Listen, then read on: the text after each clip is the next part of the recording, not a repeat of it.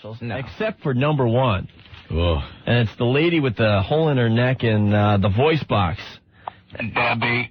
Debbie, yes. Her name is Debbie. What you see, the commercial opens with a close-up of Debbie, a woman with a hole in her throat who says she had her first cigarette at 13. When I was 13 years old, I started smoking. She tried to quit but couldn't. It's because nicotine isn't addictive. That's what she said? Or thought when she was 13? That's right. She says that she takes a long drag on a cigarette that she places up to the hole in her throat.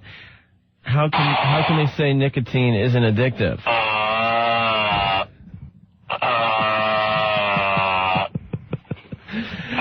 me a pack of cigarettes, kid. Yeah, when I see somebody, using a voice box, that scares me to stop smoking, without a doubt. That's enough to make you just stop. Yeah, we had a relative when I was growing up. I think he was related to the family. I'm not really sure because no one would talk to the guy. We were all scared S-less.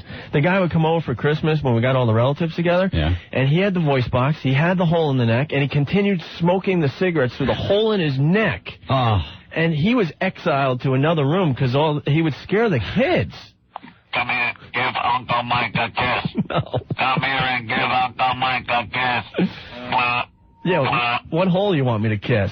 And then, we would sit around and start singing Christmas carols and stuff, and the guy would join in with his voice box because he was just trying to fit in with what was going on. Dashing through the snow, middle doors up.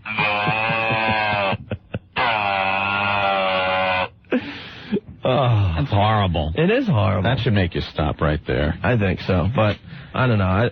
I wish the mayor luck on this campaign. Kids have to smoke because they think it looks cool. That's the bottom line. But when you get older, you got to realize it's bad for you and put the things down. Yeah. I used to smoke. Anthony used to smoke, 2-3 packs a day, right? Well, not that much. You smoked a lot. It's about 2 packs a day. 2 packs a day, all right. And you know what happened? I woke up one morning and said, you know something, this is pretty bad for you. Yeah. Said, I have a career that my voice is pretty important. Right. And I should pretty much give up smoking. So you know what I did? I threw the cigarettes away and didn't smoke anymore. You have to say to yourself, I'm not going to pick up a cigarette. You consciously pick up a cigarette, put it in your mouth, and light it. Don't you? You do that. You have to. You know you're doing it. It's not like you all of a sudden go, oh, I'm half done with a cigarette. Wow, how did that get in my mouth? And lit and puffed halfway down. So if you just don't put it in your mouth and don't light it, you won't be smoking. Don't give me any addiction stuff. Put a needle in your arm. Put some heroin in you for a week. That's an addiction. I don't know. Then you'll start, when you're physically on the floor in the fetal position, right? Then you might understand addiction. But cigarettes, come on. Just don't pick them up and you won't be smoking. It was that easy to quit, Anthony. That's it. You got to have a little willpower. You're lucky, though. And how long haven't you smoked for now? Over a year? I think 5 hours. No. 1027 WNEW. Rock lives.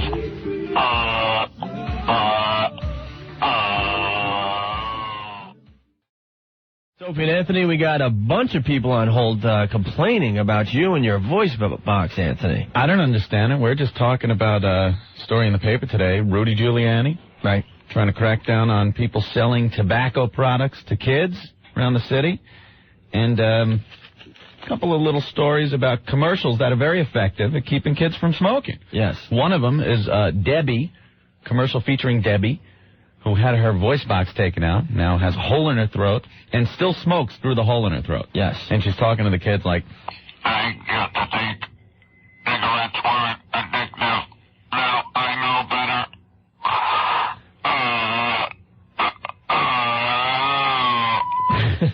That's sick. And the kids have decided that's the most effective anti-smoking commercial that's on TV right now. Because it's frightening. It's frightening, and it's scaring the kids from, keeping them from smoking. Exactly. Keep me from smoking. Well, this guy has a problem with you. Oh. Hi, NEW. I've been listening to the station for a number of years, hearing what you guys have just done in regards to the laryngectomies, that I think you guys made a total mockery out of them. A mockery? Don't you understand that we were just conveying how awful it is to smoke and have to go through something like that? Yeah, I agree with that. And we said if the kids see those commercials where, someone's using a voice box and has a hole in her neck, that will make me stop smoking. hearing the way how you guys were playing around with the idea of the voice box. Well, you want to sugarcoat it? It's an awful thing. It's horrible. I know exactly what it is. I've seen people with that. I've worked with people that. So have I, and it's horrendous. It is. I don't question that at all. But the way how it was coming off on this end, and the couple of people that are sitting here listening to this, we basically feel that it's being used as a mockery more than anything else. Why would you say that? Come on.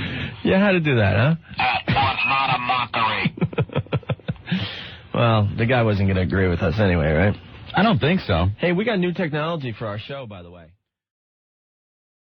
Also, a bunch of people on the email, they want to hear the Howdy Doody music tribute from yesterday. Well, it's horrible. We were the first radio station in Manhattan to break the news that Buffalo Bob died of cancer. We're on the ball. We're on the ball. We get the news out there as it happens, too. And it came out of nowhere yesterday. We were just minding our own business doing the radio show, and Anthony came up with this little ditty. Hey, kids, what time is it?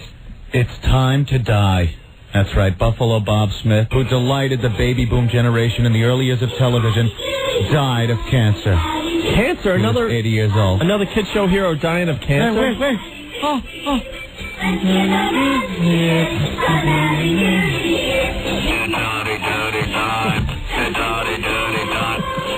Hey, kids, what time is it? Time to get home, Paula. Get him a cigarette. Dad, why did I do that Marlboro commercial back in the 50s?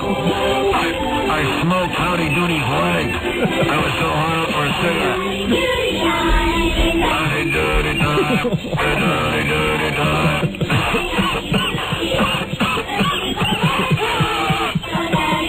Tragic, Buffalo Bob. I don't want to laugh at that. That was my childhood. It should just show the kids, the smoking's bad and stuff. Opie and Anthony.